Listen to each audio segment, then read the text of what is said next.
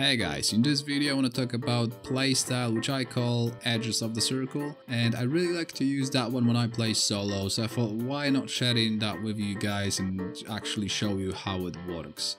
So I did already short test for you to show you how effective it is. I played 10 games with this playstyle only, so you can see on the screen. Even though I killed myself by falling off the bike twice in these 10 games, I still managed to pull 2 wins, and as you can see, 5 times I was top 10, which I consider as a decent result. So if you are interested in winning more than, just looking at your kills on scoreboard and being happy you're having like 15 or 20 kills, this video will be totally perfect for you.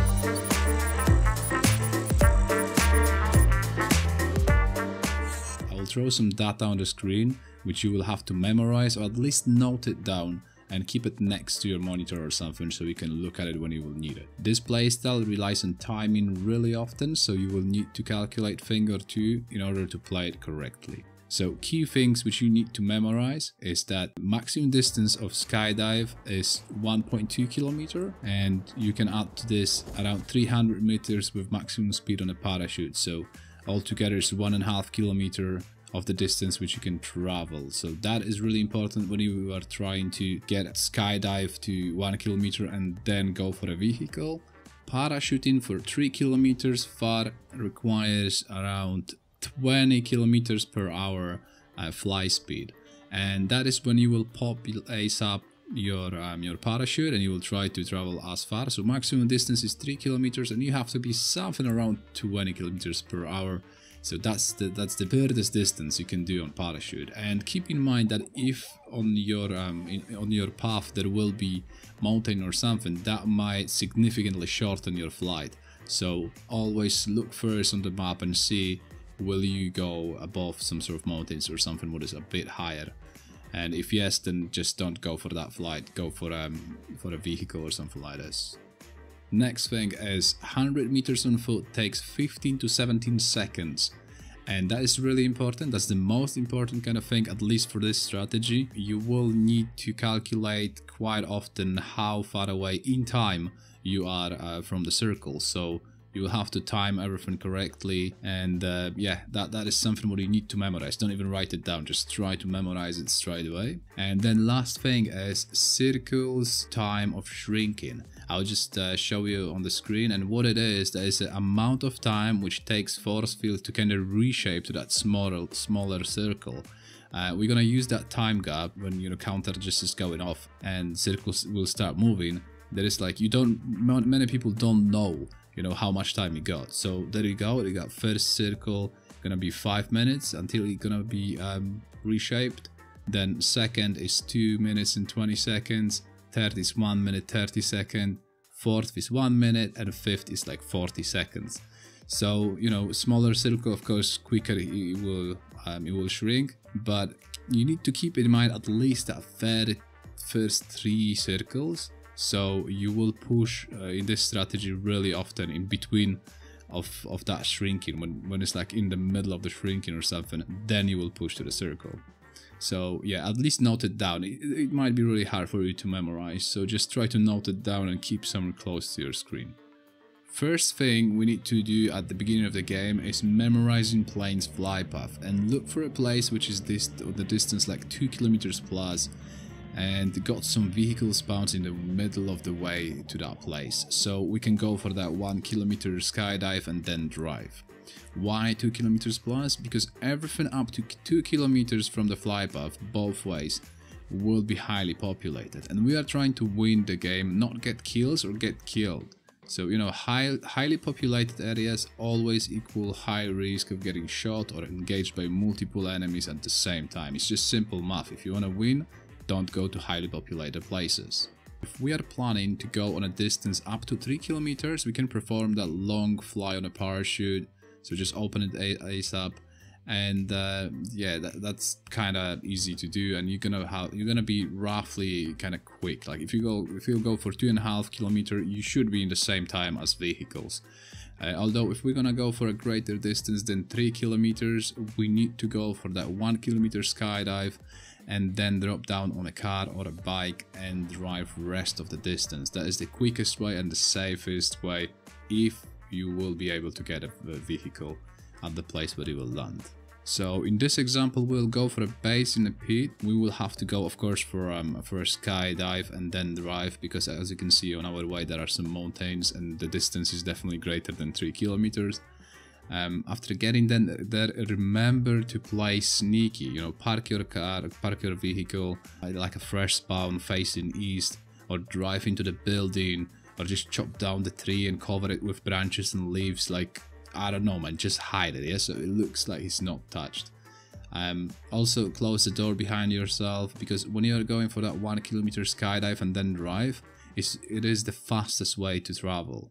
So you will run really often into the situation when you will see some parachuters landing at your spot, or you will hear vehicles pulling over within like first 2 to 5 minutes after your arrival on your spot. Right after first circle will get marked on the map, we'll have to adjust our position accordingly to the situation. So memorizing plane's fly path will be really useful now. So we'll have to move to the edge of the circle, which is the furthest away from the plane's fly path.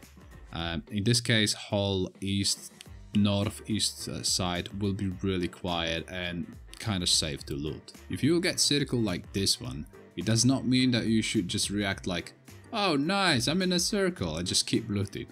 No, you need to get into your vehicle ASAP and drive whole way north or northeast and loot in there. Why? Because you want to always move towards the circle from the side which got the least amount of players, and move so slow that you will enter circle right before force field. This will lower your chance of getting ambushed and increase your chance of being the ambusher. It's way easier to fight other players in the area where it's just few people, because you got lower chance of getting interrupted by third player, which will just spot some gunshots near him and decide to join in.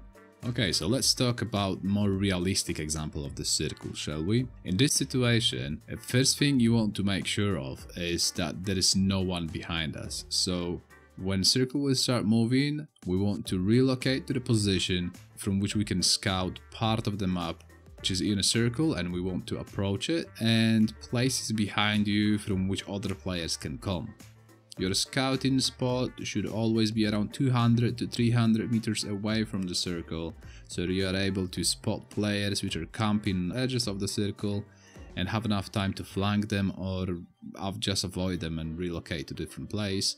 Also, you need to have like around 30 to 50 seconds of the run to the circle from your scout spot, so you can start running when the circle is in the middle of the shrinking in most cases.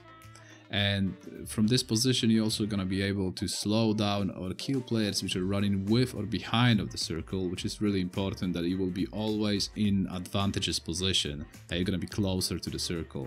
After scouting the area and killing nearby enemies, we will move to a already roughly scouted place. Of course, you can't tell for 100% is there someone waiting for you or there's no enemies, but this kind of scouting technique saved me many times from running into the enemies which were camping the edges. And if you will spot someone at the edge of the circle, the very place which you picked to push, try to go around. Do not engage this person when the circle is in his favor. Next important thing is that you want to push from your scout spot when the circle is around 1 minute away from the end of the shrinking. This way you will be slightly ahead of the players which will run with the force field, which is really common play style, or those which just run behind it, which happens really often as well. It will turn them into really easy kills, so keep in mind that getting 1 or 2 kills in that unpopular parts of the map might get you fully equipped, because those players can even have whole cities for themselves to loot. So many times it's sometimes even worth to get outside of the circle just to loot one of those kills which you get. Apply this way of approaching to the first 3 circles, although on the second circle, try to position yourself close to the potential vehicle spawns, because third circle will get really small and can appear on the far end, like on the other side of the circle which you are in. It will make it impossible for you to just run through the whole distance in time. After that, your way to the 4th circle should be fairly safe. if you will push from the side which you kept cleaning for yourself from the beginning of the game, the, you know, the side which is the quiet and the furthest unpopulated one.